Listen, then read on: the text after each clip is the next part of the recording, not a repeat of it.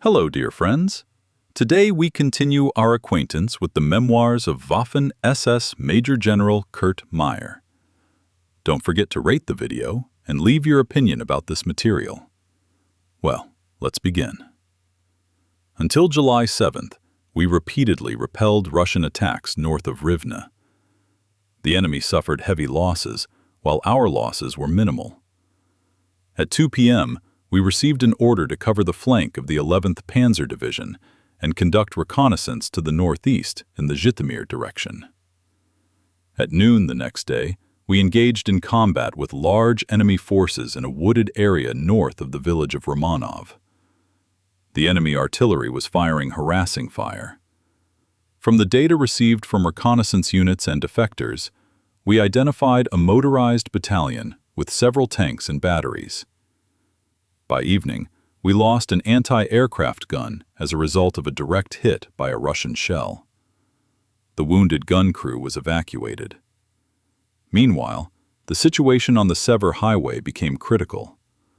The tank divisions of the 3rd Motorized Corps advanced further in the direction of Zhytomyr and Kyiv, while the 25th Motorized Infantry Division, which was supposed to cover the Corps' stretched flank, was attacked from the north by large enemy forces. The motorway, north, a vital artery for the Corps, was under threat. Therefore, on July 9th, we received orders to attack the enemy from the north, advance through wooded areas to the north, and establish contact with the 25th Motorcycle Battalion near the village of Sokolova. After a massive artillery barrage, I wanted to launch an attack with motorized units in order to immediately wedge ourselves deep into the Russian defenses and take advantage of the element of surprise. The 1st Motorcycle Company of the 1st SS Reconnaissance Battalion took up position for the attack behind a small hill. Fritz Montag again went to the front line.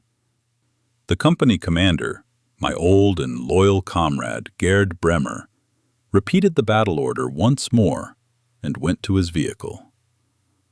I forbade the company from engaging the enemy or slowing down before it reached the edge of the forest.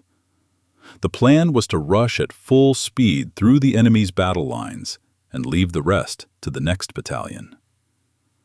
2 anti-aircraft guns were set up on each side of the road. Their task was to open fire as soon as the company went on the attack, providing fire support. The anti-aircraft guns would clear the way for the attacking company.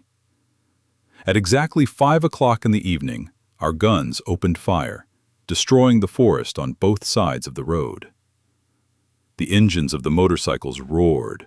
The motorcycles with sidecars and the soldiers sitting on them looked like predators. Clinging to their motorcycles, my comrades rushed down the hill and raced toward the explosions of shells and the sound of enemy machine guns. In a few seconds, the company reached the edge of the forest and disappeared from view. My driver pressed the accelerator pedal, and we rushed after the company. Our artillery was still firing at the edge of the forest. However, not a single shot was fired in response. Small, dirty horses chewed their bits. The Russians were running north on both sides of the road. But what happened next? The company stopped. It opened fire on the fleeing Russians and isolated pockets of resistance. The company began to advance on foot and lost precious time. This could not be allowed. We had to reach the crossroads a few kilometers further north and prevent the Russians from retreating in an organized manner from the forest to the left flank of our offensive. Angered, I moved forward to resume the advance. Armored vehicles and self-propelled assault guns cleared the way for the motorcyclists. In a matter of minutes, we had captured Russian guns, tractors, and trucks. There was one thing we couldn't do: stop. We had to keep moving and take advantage of the enemy's confusion. Exhausted, unarmed Russians approached us, shouting something. At first, I didn't understand what they were shouting, but then I heard, "Ukrainians! Ukrainians!" They rejoiced like children and hugged each other endlessly. The war was over for them. We reached the crossroads at 6 in the evening. We overtook the Red Army columns retreating to the east and disarmed them.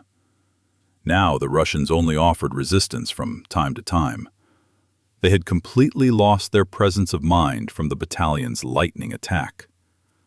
Hundreds of prisoners were gathered on the road, and many small arms and other weapons were captured. The enemy found themselves in a situation that played into our hands. Their units had only just begun their retreat. Unfortunately, we lost a light armored car, which was hit by anti-tank fire during the battle, but thank God, we could only complain that during the entire operation, only one of our comrades was wounded. Although we had adapted to the Russian style of warfare and felt completely superior, I thought it wise to retreat and spend the night in the liberated area in the forest. The main forces of our division were still fighting somewhere and could only catch up with us by morning. The forest was alive. We heard Russian columns retreating eastward. They were looking for a way east between the advancing German troops, through forests, swamps, and places relatively hidden from view. We lay down with our weapons at the ready and waited for the new morning. The rustling of the tall trees mingled with the distant rumble of several of our guns firing somewhere to the east. The morning sun was truly blessed, and God gave us a wonderful summer day. I reluctantly gave the order to move north. The 1st Company of the 1st CC Reconnaissance Battalion went ahead again and waited on the road, ready to move, when I ordered Bremer to break through to the highway. Overtaking my armored car, the soldiers waved their hands, smiling at me as they finished their breakfast. What would the new day bring? I quickly and briefly instructed the commander of the 2nd Company of the 1st SS Reconnaissance Battalion, Cross, and followed the Combat Escort Company. I led the way for about 5 minutes. In addition to my command vehicle, converted from a medium-armored communications vehicle, I was accompanied by 2 messengers on motorcycles. Heinz Drescher, my brilliant interpreter, and I sat on the armored vehicle as we climbed a small hill and were able to scout the route for several kilometers.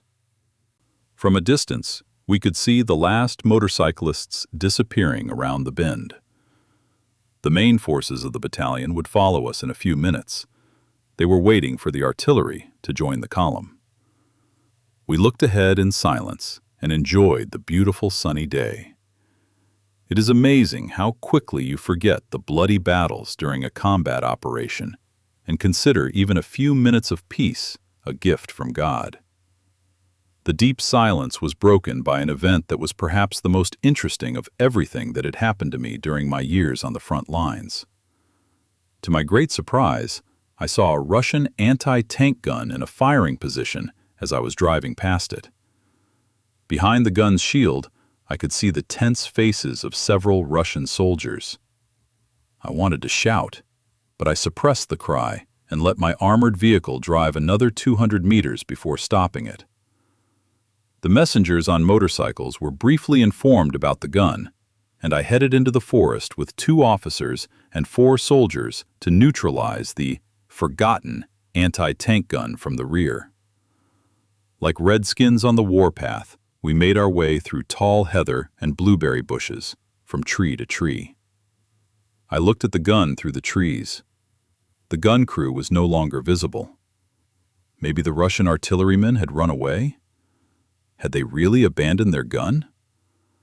I clutched my MP-38 submachine gun tightly in my hands, my finger on the trigger. My eyes were still fixed on the artillery position. I could hear Drescher breathing behind me and didn't dare turn around. Step by step, we approached the gun. "Stop! Stop! Hands up!" The Russians looked at me, making funny faces. I stood surrounded by a Russian company. All this time, my comrades and I were making our way through the passage between 2 Russian platoons. My blood ran cold. Numerous rifles were pointed at us. I looked at the people surrounding me in a daze. Force was no longer an option. In a hushed voice, I commanded my comrades, "Don't shoot." The barrels were lowered. An athletic, handsome officer stood 10 meters away from me. I walked towards him. He also separated from his comrades and headed towards me. It became quiet. The Russian soldiers and my comrades watched this meeting. We stopped 2 meters apart, each took our weapons in our left hands, and almost simultaneously greeted the enemy. Then we took the last step and shook hands. All this time I felt no emotion. I felt neither defeated nor victorious. When we straightened up after a slight bow, each declared the other his prisoner. The Russian laughed as if I had told the best joke of the year. His big blue eyes sparkled mischievously as he looked at me, while I reached into my pocket and pulled out a pack of cigarettes for him. He politely waited for me to put the cigarette between my lips, then lit it with a match. We both behaved as if we were alone on the wide plain, and as if the war had long been forgotten. The Russian spoke only broken German, and I did not speak Russian. I called Drescher over and whispered to him, "We need to buy some time." Drescher and the Russian engaged in lengthy negotiations about which side should lay down its arms. While all this was going on, I walked from one Russian to another and offered them cigarettes. With a smile, the young Russian soldiers took the cigarettes and sniffed them before putting the end of the cigarette between their lips. They enjoyed the aroma of the cigarettes. I patted each Russian on the shoulder in a friendly manner, indicating that they should lay down their weapons. But in the blink of an eye, the pack was empty. Only then did I realize that I had strayed some distance from Drescher and was standing alone among the Russians. I was indescribably happy when I rejoined my group around Drescher. From the officer's tone, I could tell that his patience was running out. Very slowly, I moved closer to the edge of the forest to force Drescher and the Russian to continue their negotiations outside the forest. I waited for the battalion to approach. It could appear at any moment and end this nightmare. The three of us stood at the edge of the forest and tried once again to explain to the Russian that his unit was surrounded and that the vanguard of our first tank group had almost reached Kiev. Then the Russian shook his head vigorously and told Drescher to tell me that he was an officer, not a fool. At that moment, there was an explosion on the road, and I saw a light armored car engulfed in flames. A Russian anti-tank gun had hit it from a distance of about 20 meters. Thick clouds of smoke rose into the sky. Since I knew that all my vehicles always moved in a fairly scattered formation in order to have a sufficient firing sector, the next vehicle could appear at any moment. Its turret would appear from behind the rise at any second. The Russian insisted that I put my machine gun down on the ground. I asked Drescher to explain to the Russian officer that I did not understand the last sentence and that he had to show me. The Russian looked at me suspiciously and put his beautiful machine gun with an optical sight on the road. He shouldn't have done that. With lightning speed, I was next to the weapon, stepping on it, and stood with my shoulder pressed against my opponent's shoulder. And we both stood like statues between the Russians on one side of the road and my comrades on the other. All my soldiers moved to our side of the road. From deep within the forest, the commissar's voice fanatically called for action. More and more Russian rifles were aimed at me, and I pressed myself even closer to the officer. Even Drescher hid in the ditch. At that moment, a shadow ran past me. I didn't dare look back, but I knew it was my armored vehicles. Everything happened in a flash. The commissar's commands left no doubt that fire could be opened at any moment. I looked my opponent in the eye one last time. He sensed what was coming.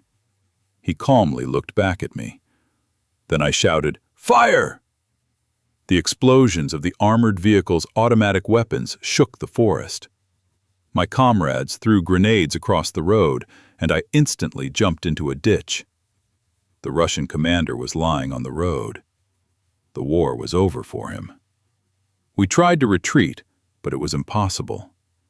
There was a small bridge ahead. The armored vehicle had only a couple of 100 meters to go when a Russian anti-tank gun opened fire.